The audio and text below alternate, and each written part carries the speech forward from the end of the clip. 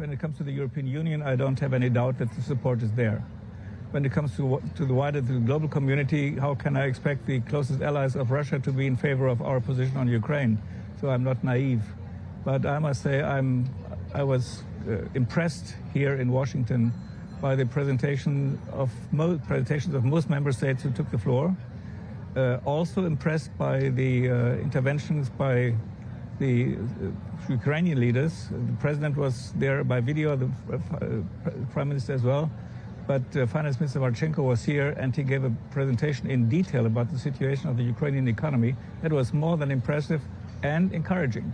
Because in this terrible situation for Ukraine, I think we do not take note of the fact that this economy is running. 75% of the country is free, and there the businesses are functioning, and they need to be supported. And these people are confronted with a bridge in their little town or city, which has been dismantled by themselves 5 months ago because they saw the Russian tanks on the other side of the river. And they said, we don't want them to come over, so we crap the bridge. Now they need that bridge in order to keep the economy running in this region. And therefore, the reconstruction efforts for Ukraine must start now and not once one day a peace agreement has been reached. You understand, though, that we're moving into a much tougher economic environment, a much tougher monetary environment. Governments are under pressure with their own fiscal budgets. Are you confident that you can continue to draw the funds you need to make sure the commitments to Ukraine continue to be met?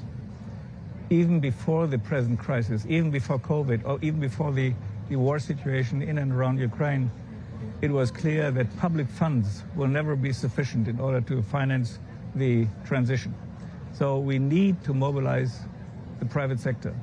And there, again, I'm a structural optimist. I believe the money is waiting on the streets to be picked up because nowadays, each and every asset holder, each and every bank customer has an interest to be sure that this institution goes the part of its activities into green finance or a sustainable development.